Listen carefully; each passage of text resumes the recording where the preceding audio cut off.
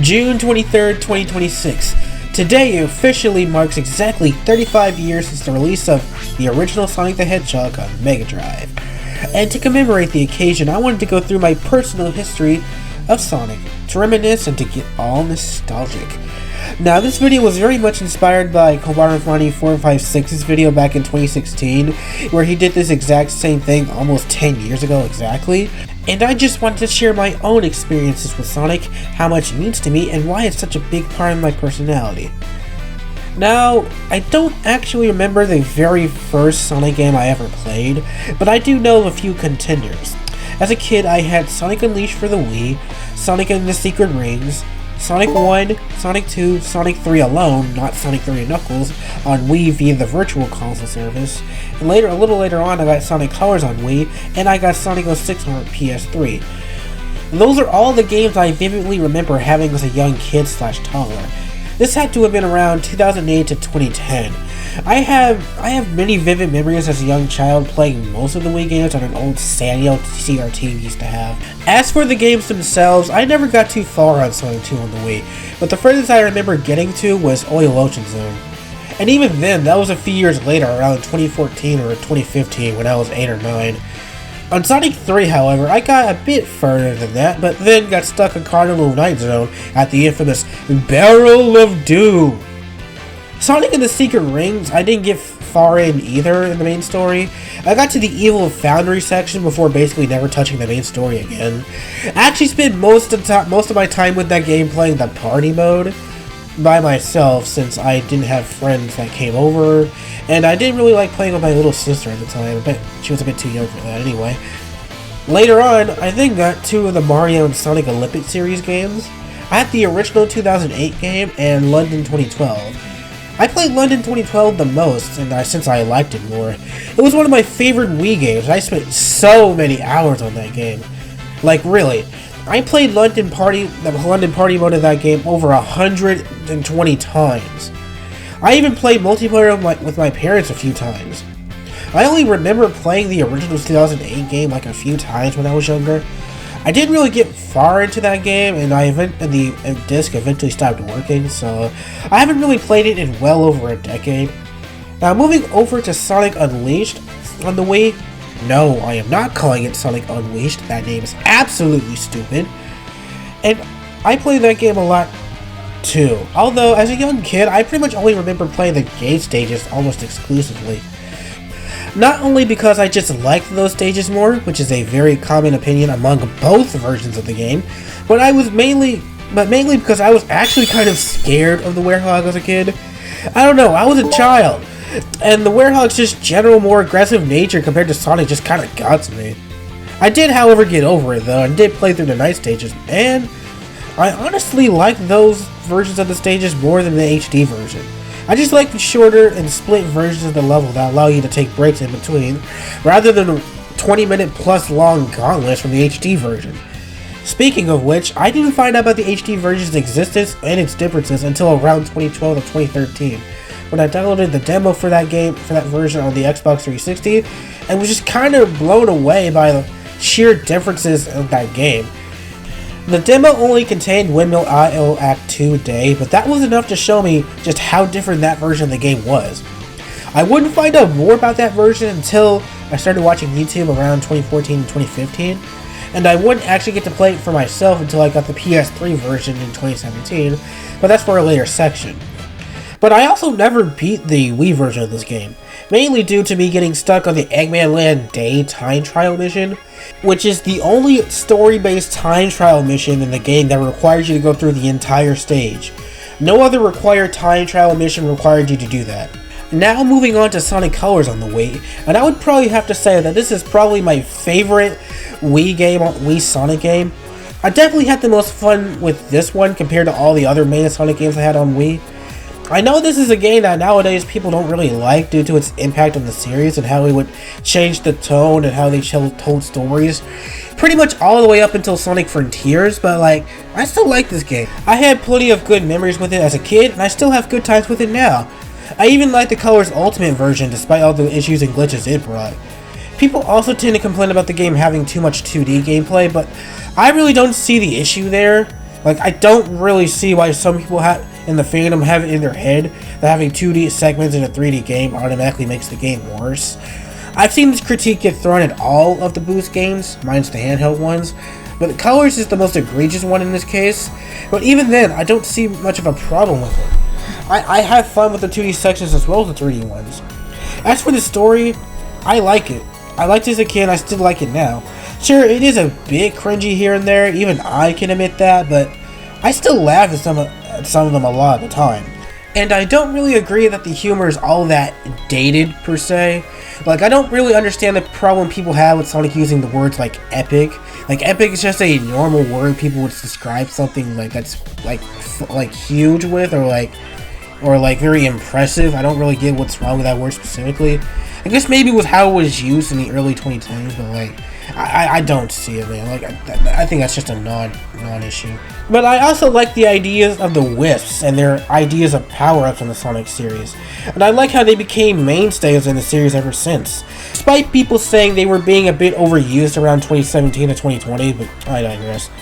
Anyway, this game took me like 5 years to beat. Yeah, I was pretty bad at video games when I was a kid. Despite this being considered one of the easiest Sonic games to play, it still took me an embarrassingly long time to beat the main story. I mainly blame the Yellow Spring levels, and oddly enough, Asteroid Coaster Act 2. I got this game around 2010 or 2011 at a Target, and didn't beat it until late 2015. It took me 5 years to beat a 2 to 3 hour long game. Yeah, so anyways, that's Sonic Colors. Now we're moving on to the PS3 stuff. My dad had and still has a PS3 that I played a ton on as a kid. However, since it was mostly my dad's console, I didn't have a ton of stuff that I would personally play. In fact, I only had 2 full Sonic games for the most of my time using it. As a young kid, these were Sonic 06 and Sonic 4 Episode 1. Games that neither of which are really that widely received, to put it lightly. Well, at least in Sonic 4's case. People have sort of switched up on Sonic 06 in the past couple of years. And while I'm not an 06 apologist, I can definitely admit the game is bad. Not just from glitches, from very blatant design issues in the level designs and story writing. However, I still enjoy the game and can find it fun. This was another game I spent a ton of time on as a kid, and honestly, I thought that most of the flaws for this game were just me being bad at it, because, well, I was bad at the time. I just said it took me 5 years to beat Sonic Colors, but this is a common thing you hear about people who played 06 as a child, because it is true. But being able to push through a game due to lack of disposable income and plenty of spare time does not make a bad game better. In fact, it kind of makes it worse that you have to actively persevere through bad design to get any enjoyment. But I digress. Anyway, I could never fully beat this game either. I couldn't beat Shadow Story. I got stuck on Kingdom Valley with 3 keys with the Rouge section and everything. Never experienced the last story for myself. I did see it on YouTube though a bit later. As for the other Sonic games I experienced on PS3, they were mainly demos. I had demos for Sonic Generations, Sonic Adventure 2, Sonic 4 Episode 2, and the 2011 Sonic CD remaster. I did end up playing the full versions of all of these games later on. I initially played Sonic Generations on the PlayStation Now service before that got merged into PS Plus. And then I bought the game twice, once on PS3 and another time on Steam. And then a third time in the form of Sonic and Shadow Generations. I also got Sonic Adventure 2 on the GameCube, along with Sonic Heroes for GameCube. I played them on my Wii via backwards compatibility.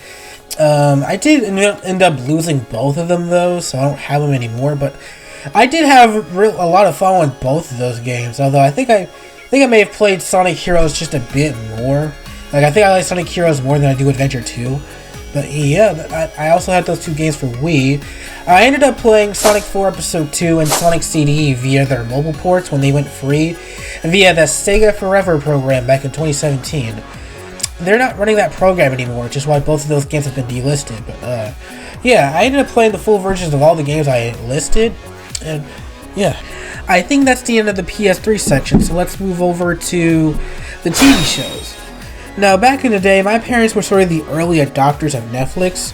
Well, I wouldn't say early adopters, but they subscribed to the streaming service before it became, like, super popular and widespread, back in, like, 2010, 2011 and such.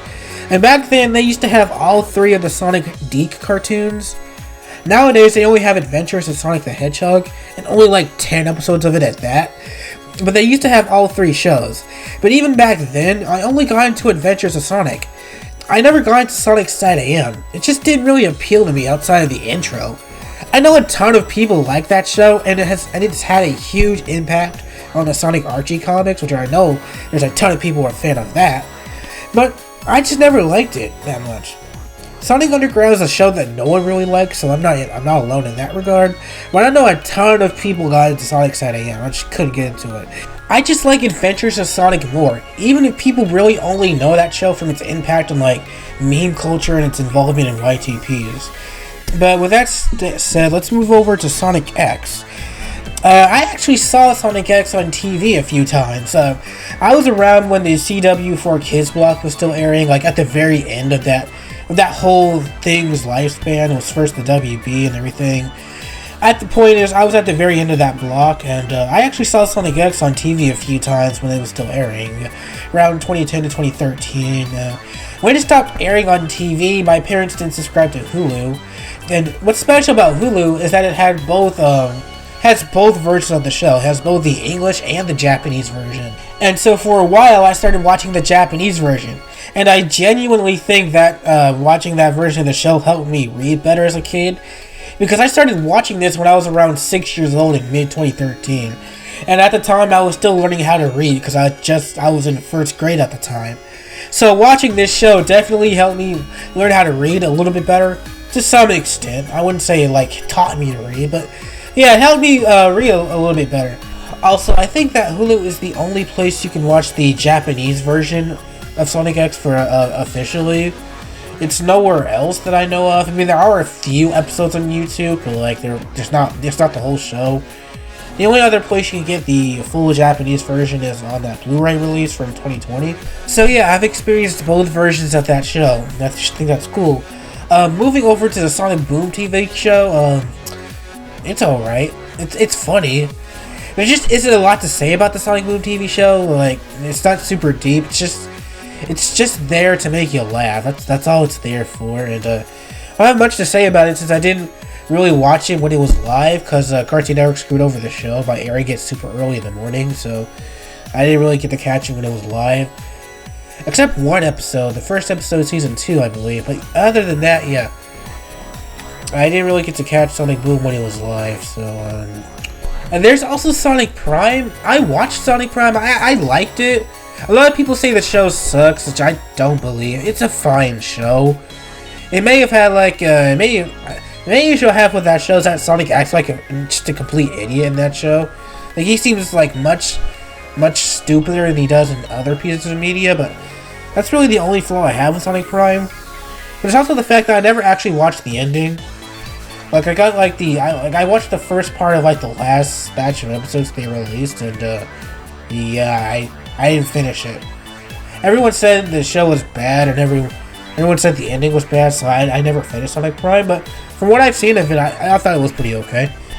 And while we're still on the topic of movies and TV, I did see 2 of the Sonic movies in theaters, not all 3 of them, unfortunately. I saw Sonic 1 on opening day and Sonic 2 technically before opening day. I saw that one on the 19th. The movie came out on the 20th of December. My dad actually excused me from school to see Sonic 1 in theaters. That was a fun day. Cannot believe that was almost 6.5 years ago. That is incredible how time flies. I saw Sonic 3 in theaters a day before it technically premiered because all the promotional material said it came out on the 20th of December, and I saw it on the 19th. I think it happens a lot with movies though, so it's not exclusive. But yeah, I saw 2 of the Sonic movies in theaters, and they were incredible experiences. I loved them. Even if Sonic 1 isn't the best movie, it's probably the weakest out of the 3, it was still a good experience to see in theater. And that is sort of my history with Sonic movies and TV. So now we're going to move on to when I got into YouTube and stuff. And to start it off, we'll talk about Kobarnamani456, who was a huge inspiration for my channel. I mean, 2 of my intros are based off of his, Intro 2 and Intro 7, the current one. It also inspired me to get into modding. His videos taught me the concept of like game modding and stuff, because I didn't know that was a thing before. Mainly, also, I just didn't know you could play games on PC to begin with. I thought you needed a console for that, but yeah. Ever since I saw his videos, I always wanted to try out the mods he played in his videos. Unfortunately, that wouldn't happen until I got Sonic Generations on Steam, when I bought the game for the second time in 2021. But I think that was worth it, because I was finally able to play all the mods I saw in these videos. We're still talking about mods. A few years later, when I would subscribe to channels like Blue Vivacity and Sonic Central, also known as Velcomia, because they covered a lot of mods too. And they were a big part of my middle school life, a little after Sonic Forces came out. But yeah, we're sort of skipping ahead here. Back to around 2014, 2015. Other channels I would watch would be Some Call Me Johnny and his Sonic reviews. I watched his other reviews too, but his Sonic reviews is what really got me into his channel. Around 2017, before Forces came out, I would watch Cyber Show, and he had his little burst of videos throughout that year before he disappeared for 3 years, but came back in 2020, unfortunately.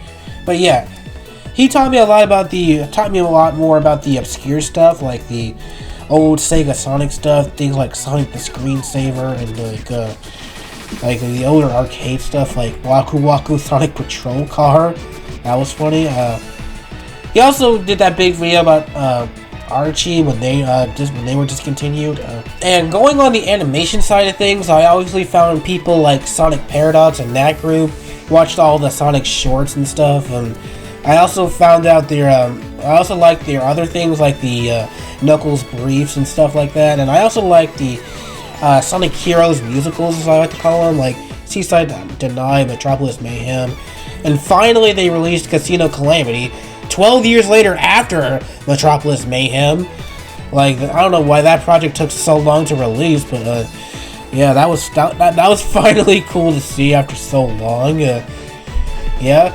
I also checked out Bolita Productions and their stuff. I didn't watch things like Sonic Jaws, that just didn't interest me.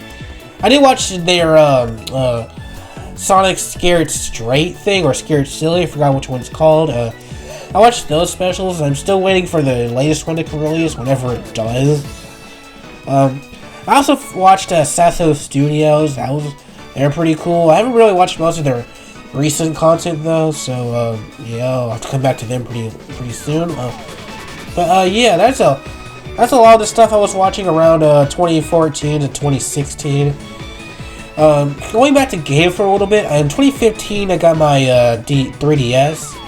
And I didn't have a ton of Sonic stuff on 3DS. A lot of 3DS era games. I did have Sonic Generations on 3DS. That was pretty cool. I got that in 2015. That was pretty. That's like the 4th copy of Generations I had. I said I had because I don't think I have that anymore. We may still have it. We have to look for it though. I did download all the demos for the Sonic games though. I downloaded the demo for Sonic Lost World on 3DS and Sonic Boom Shattered Crystal on 3DS. I also got free of the couple 3DS themes they had. I had the Sonic Boom theme for a long while, and then I also got the Sonic 25th Anniversary theme when that came out. I cannot believe it's been 10 years since that happened, but yeah.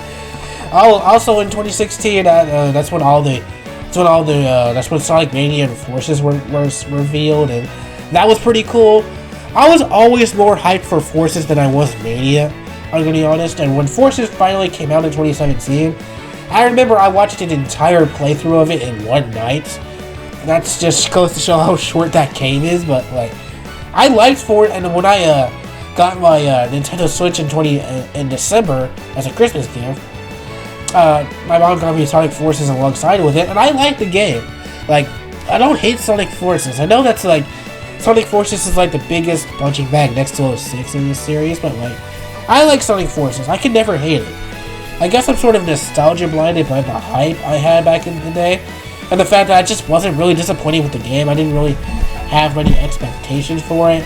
I wasn't really disappointed. I like Sonic Forces, and I don't share the same hatred for it everyone else does. I just can't hate the game. Like, I might go more in depth on it with another video. If y'all ever want to see that, please comment down below.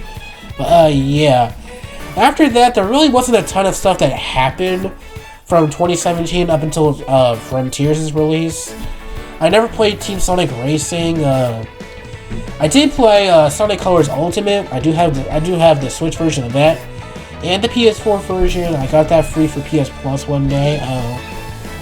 But yeah, I wasn't disappointed with Colors Ultimate either. As I said, like, well, way at the beginning, I don't hate Sonic Colors Ultimate. Let's see, I also played Mario and Sonic at the the Tokyo 2020 Olympics when that came out. That game is considered like one of the more mediocre games in that sub-series. It's about on par with the original game from 2008, which is kind of sad when you think about it, but like I don't choose to think about it that way. It's a decent game. I just haven't played it that much. Yeah, I think that's all I want to talk about today. I mean, this video may not go up on the 23rd like I thought. I was super behind with working on it, so I should have worked on it like a week ago, but I haven't. So yeah. Today was Sonic's 35th anniversary, and I just wanted to make this quick video, sort of going down memory lane and everything, just going around my my appreciation for this franchise and why I've stuck with it for so long. Like a lot of people, especially in my family, like to ask me, "Are you still into Sonic?" And I tell them, "Yeah," because I guess a lot of people assumed you would have grown out of Sonic by this point. I mean, I'm almost 20 years old myself, so I can understand why people would assume that, but no. I haven't. I've been a Sonic fan ever since I was a young child, and yeah, I've never let go of the franchise, and I just hope to see the series prosper in the future and everything. So yeah, that's all I wanted to say in this video, and I will see you guys later.